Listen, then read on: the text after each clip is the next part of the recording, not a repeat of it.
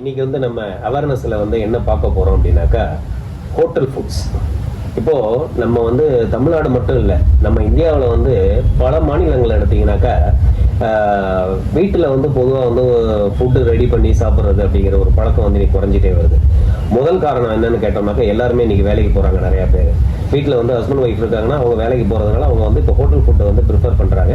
அப்புறம் ஒரு tasty food நமக்கு நல்லா வந்து ஒரு நிறைய சாப்பிடணும், நல்லா சாப்பிடணும் அப்படின்னு நினைக்கிறவங்க இப்போ ஹோட்டலுக்கு போறாங்க. அதை தவிர இது ஒரு ஆஸ்பெக்ட்ஸ். இன்னொரு பார்த்தீங்கன்னா, இன்னொரு அதர் ஆங்கிள் பார்த்தோம்னா மைக்ரன்ஸ். இப்போ வெளியூர்ல நீங்க வந்து தங்கி படிக்கிறவங்க, இங்க வேலைக்கு வரவங்க, அதே மாதிரி வேற பல காரணங்களுக்காக இங்க வந்து தங்குறவங்க, அவங்க எல்லாருக்குமே பார்த்தாக்கா இன்னைக்கு ஹோட்டல் ஃபுட் அப்படிங்கிறது வந்து ரொம்ப தவிர்க்க முடியாத நெசசரி ஒரு விஷயமா போச்சு. இப்போ இந்த மாதிரி ஹோட்டல் ஃபுட் வந்து சாப்பிட்றதுக்கு பார்த்தீங்கன்னா வெஜ்ஜு நான்வெஜ்ஜுன்னு சொல்லி பல வெரைட்டியா பல இடத்துல ஷாப்ஸ் பார்த்துருப்பீங்க. ஆனா இந்த ஷாப்ஸ் எல்லாமே பார்த்தோம்னா எந்த கண்ட்ரோல்ல வருது அப்படின்னாக்கா, இது எல்லாத்துக்குமே வந்து முறைப்படி வந்து பர்மிஷன் வாங்கி இந்த ஹோட்டல் நடத்தணும். Food safety standards and authority of India 2006 இந்த FSSAI அப்படின்னு சொல்லுவோம். அதே மாதிரி ஃபுட் சேஃப்டி இதுக்கு இன்ஸ்பெக்டர் இருக்காங்க, ஹெல்த் இன்ஸ்பெக்டர் இருக்காங்க.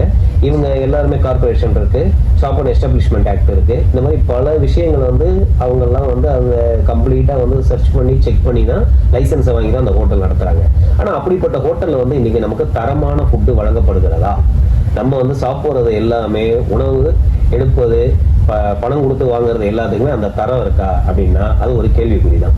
இன்னைக்கு டைனிங்ல வந்து நம்ம உட்காந்து சாப்பிட்றோம், ஆனா கிச்சன்ல வந்து என்ன நடக்குதுங்கிறது தெரியல. பெரும்பாலும் பாத்தீங்கன்னா ஒரு ரோட் சைடு ஹோட்டல்லாம் விட்டுருங்க, அது வந்து நமக்கு வெளிப்படையாவே தெரியுது எப்படி ப்ரிப்பேர் பண்றாங்க, எப்படி சாப்பிட்றோம் அப்படின்னா வசதிக்கு தகுந்த மாதிரி சாப்பிட்றாங்க.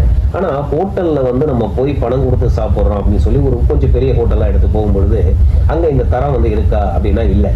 இன்னைக்கு வெஜ்ஜுக்குன்னு சொல்லி ஒரு 3-4 ஹோட்டல் தான் வந்திருக்கு பெரிய ஹோட்டல்ல பார்த்தோம்னா. நான்வெஜ்ஜுக்கு புட்ரீசல் மாதிரி ஏகப்பட்ட ஹோட்டல் இருக்கு. அப்ப இது எல்லாத்துலயுமே வந்து அந்த ஃபுட்டை வந்து ப்ராப்பரா வந்து மெயின்டைன் பண்ணி தான் இன்னைக்கு கன்சியூமருக்கு கிடைக்குதா, போய் சாப்பிட்றவங்களுக்கு கிடைக்குதா அப்படின்னா ஒரு பெரிய கொஸ்டின். அது டேபிள் கிளீனா இல்லை, அதே மாதிரி வெசல்ஸ் வந்து கிளீனா இல்லை, உள்ளே கொண்டு வர ஃபுட்டு வந்து எந்த அளவுக்கு அந்த ஃபுட்டை வந்து ரெடி பண்ணி கொண்டு வராங்க.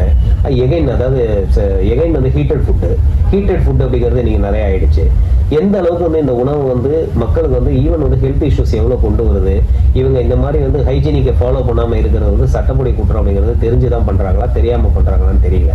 நிறைய இடத்துல கேள்விப்பட்டிருப்பீங்க, இங்க பிரியாணி சாப்பிட்டு 10 பேர் இறந்துட்டாங்க, அங்க வந்து வெஜ் ஃபுட்டு சாப்பிட்டு இறந்தாங்க. இங்க அப்போ இந்த மாதிரி வந்து இன்னைக்கு ஒரு டோட்டலாவே வந்து இந்த ஃபுட்டோடைய அந்த மேனுஃபேக்சரிங் அப்படிங்கிறது, சப்ளை அப்படிங்கிறது எல்லாமே இன்னைக்கு வந்து இம்ப்ராப்பரா இருக்கு, அன்ஹைஜீனிக்கா இருக்கு.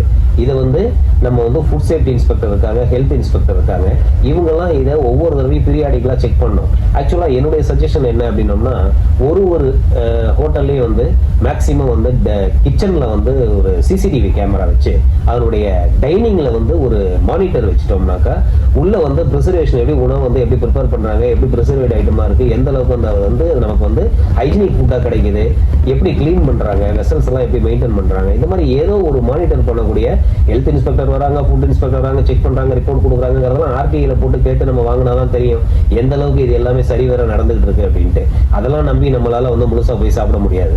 அப்போ இது ஒரு பெரிய சிஸ்டமா வரணும். இன்னும் சொல்ல போனா ஆர்டிகல் 21ல இந்திய அரசியலமைப்புல வந்து என்ன சொல்றாங்கன்னா, ரைட் டு லைஃப்ல வந்து ரைட் டு ஃபுட் ஆல்சோ இன்க்ளூடட்னு சொல்றோம். அப்போ நம்மளுடைய உணவு பொருளை சரியான உணவா பணம் கொடுத்து தேர்ந்தெடுத்து சாப்பிட வேண்டியது நம்மளுக்கு ரைட்ஸ் இருக்கு. நமக்கு சரியான உணவா கொடுக்கணும் அப்படிங்கிறது ஹோட்டலுக்கு ரைட்ஸ் இருக்கு. அப்ப இனிமேலாவது ஹோட்டலுக்கு போகும்பொழுது நீங்க வந்து இன்னும் அதனுடைய தரத்தை வந்து நாம வந்து இன்னும் பல முறையில வந்து அந்த தரத்தை வந்து தரமான உணவுப் பொருள் தான் வழங்கப்படுதான்னு பார்ப்போம். கம்ப்ளைண்ட் ஒரு வேலை கொடுக்கணும்னாக்கா நம்ம ஃபுட் இன்ஸ்பெக்டர் இருக்கா, ஹெல்த் இன்ஸ்பெக்டர் இருக்காங்க, ஃபுட் சேஃப்டி ஆக்ட் படி கொடுக்கலாம். ஈவன் ஒவ்வொரு சட்னி சாம்பார் கூட சரியில்லைன்னா அந்தந்த வெரைட்டிக்கு கூட நம்ம வந்து கம்ப்ளைண்ட் கொடுக்க முடியும். 6 மாசம் பனிஷ்மெண்ட் இருக்கு, 1 லட்சம் ஃபைன் இருக்கு, 5 லட்சம் ஃபைன் இருக்கு. ஏன் ஈவன் கன்சியூமர் கோர்ட்ல எடுத்தோம்னா டிஸ்ட்ரிக்ட் கோர்ட்டு, ஸ்டேட் கமிஷன் இருக்கு, நேஷனல் கமிஷன் இருக்கு, சுப்ரீம் கோர்ட் வரைக்கும் போகலாம். அப்ப இவ்வளவு பெரிய நமக்கு வந்து வாய்ப்புகள் இருந்தோம்.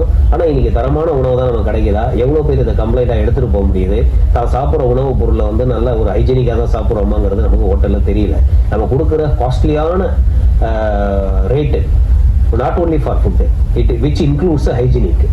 அப்போ அந்த மாதிரி வரும் பொழுது இதை வந்து தரமா பார்த்து அந்த ஹோட்டல்ல வந்து நீங்க ஏதாவது அந்த மாதிரி யாருக்காவது கம்ப்ளைண்ட் பண்ணணும் அப்படின்னு நீங்க தாராளமா வந்து இந்த நான் சொல்லக்கூடிய இந்த டிபார்ட்மெண்ட்ல வந்து நீங்க கம்ப்ளைண்ட் கொடுக்கலாம். மேலும் வந்து இதுல இன்னும் சில சஜஷன்ஸ்லாம் நான் சொல்லியிருக்கேன். இதையும் வந்து மேற்படி இதை அடுத்த கட்ட நடவடிக்கை எடுத்துட்டு போலான்னு இருக்கோம்.